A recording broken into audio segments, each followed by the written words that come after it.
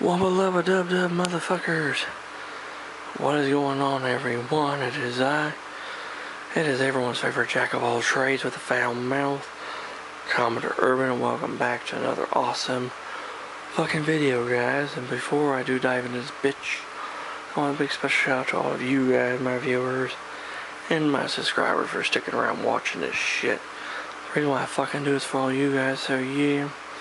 Anyways, you can see here, I have here sitting before us, I have my very fire 1/350th scale deluxe version of the Japanese battleship Yamato. The unboxing is coming soon, guys, so stay tuned. Like I said, in January. You know, so there, Beaver Corporation box. And here's my Atlantis models. One, the 500 somewhat fucking scale model of the USS Wisconsin. Now you probably wonder, why the fuck do I have these two ships here? Well, they're naval warships, which is going to lead into my next book review. Yes, I got one more book review for you guys before 2024 is over with, so just, you know, fucking bear with me, guys. So anyway, without any fucking further ado, the last book I'm going to review to you guys for this year, until the new year, of course, is going to be the Encyclopedia of Sea Warfare, from the First Ironclads to the present day, forward by Admiral of the Fleet, the Earl Mountbatten of Burma. And on the front looks like we have either, it's a Nelson class battleship. You can tell just by this ugly ass tower and just the way that the ship's sitting in the water, kind of hunched in the water. Ugly fucking ship. The Nelson class battleships are fucking ugly. From the forward by Admiral of the Fleet, this Encyclopedia of Sea Warfare, which covers the history of the first ironclads to the present day, is divided into 30 chapters, each dealing with a period of warship development or conflict, and features more than 600 different warships. It deals with a period of history during which sea warfare has undergone profound and far-reaching changes, which I have found fascinating. I am sure readers will also be fascinated. And there's the dude's fucking signature. Anyway, it is an encyclopedia. So the Encyclopedia of Sea Warfare, and it's a book club edition. The Encyclopedia of Sea Warfare covers the dramatic events of naval history during the period of its most rapid and exciting development. It deals with the revolution in tactics and weapons and the development of warships in the first historic battle between two crudely armed ironclads during the American Civil War, to the highly technological and sophisticated warships of today. This book gives a fascinating insight into the strategic planning, the tactical thinking and the historical implications of the battles and wars fought at sea from the age of the ironclads to the nuclear age. It also tells the story of the men who endured their fighting skills and their bravery. This magnificent volume covers over 50 exhaustively researched and uniquely detailed drawings of the famous history-making warships, maps of important battles and actions, more than 250 action pictures, many in full color, and 80,000 words of text written by expert authors of international repute. The Encyclopedia of Sea Warfare is the most comprehensive compilation of pictures, maps, ship drawings, authorities, text, that assembled on the history of war at sea in modern times. And it's pretty fucking awesome. It's an older book, so it is an older book.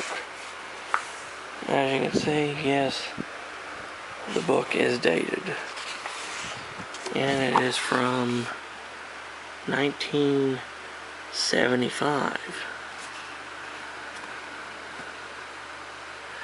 It's about 49 years old. It'll be 50 years in January. It'll be 50 years old. This is a 50-year-old book, guys. And the authors that wrote this book is Oliver Warner, Captain Jeffrey Bennett, Captain Donald McIntyre, Frank Ulig Jr., Desmond Watron, and Anthony Preston, which I just reviewed his book, Battleships 1856 to 1977, so that's pretty cool. And basically, just like it fucking says, it gives basically kind of a roadmap of the development of naval warfare and ship from Hampton Roads to Cimea, and in World War I, World War II in European waters, World War II the Pacific, and of course the nuclear age. And of course, when it starts out, here's the foreword, and this is the guy who wrote the foreword. So he's just a big Grand Admiral of the British fleet in the first class of ironclads, which of course would be, the Monitor and the Virginian. And as you dive into the book more and more, it's kind of like the one book I read, Battleships, but it's very, very, very exhaustive. And it ain't just talking about battleships, but it also talks about aircraft carriers, which is something pretty interesting to deal with. And of course, HMS Dreadnought talks about, also talks about destroyers. Destroyers, escorts, battleships, aircraft carriers, cruisers. Let's see, Emden. That's World War I German cruiser. Invincible. Yes, these skirmishes in the North Sea. This is World War I. HMS Furious. This is her World War I configuration, because she was completely fucking rebuilt World War II. That's MS Coin, which is a German battleship from World War I. But the text and stuff is very, very impressive. Of course, there's Rodney. Rodney was absolutely, her and her sister Nelson were the most fucking ugliest warships ever built. I'm sorry to anyone who's British and hears me saying I'm sorry, but those two ships were fucking ugly as hell. I'm sorry. I just can't seem to get around to look at them to make me fucking puke. So I just can't stomach it. Sorry. But of course, Admiral Graf Spee, Ajax. And of course, there's also really interesting pictures like submarines. Very detailed thing about submarines. Of course, Battle of the Atlantic. Of course, Bismarck. And of course, like I said, talks about the history of aircraft carriers. Here's Furious again, guys. This is her World War II configuration.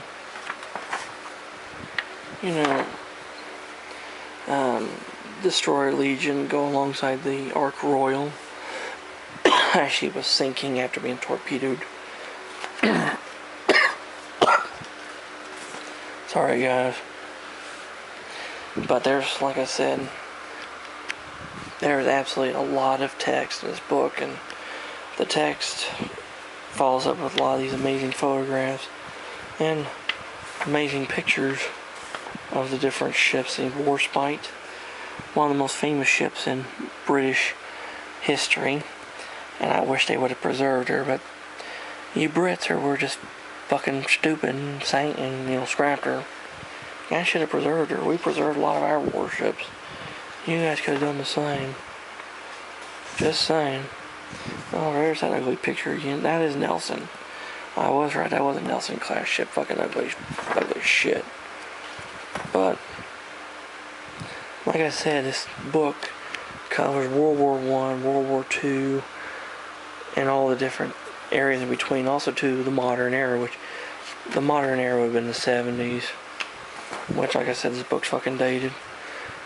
But for being what it is, it's still a great fucking book to read.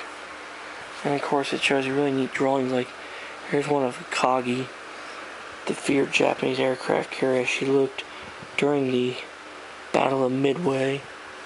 And there's Yorktown. And there's Yorktown as she was sinking. And of course, USS Alabama, the Lucky A.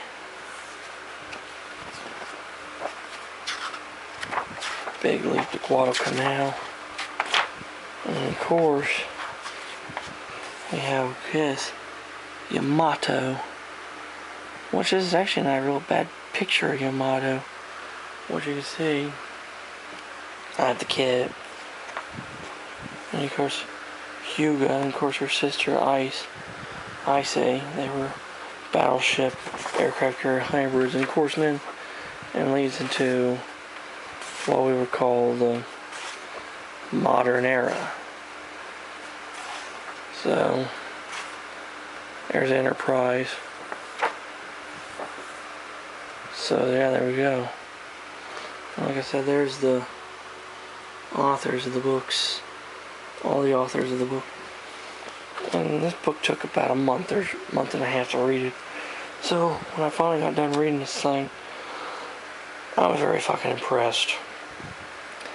There is so much information. I mean, it's fucking information overload. But it's well worth reading. It's well worth digging into it to read it. You don't have to fucking read it like I did. Like it says, it is a fucking encyclopedia.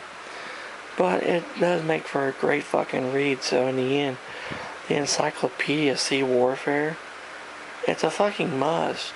If you like ships and you like to learn more about the different naval battles and the techniques why ships were built and the reason why, like, the heads of the navies and shit were planning out the shit they were fucking doing and shit, and why they did what they did during, like, the Great War and during World War II and shit.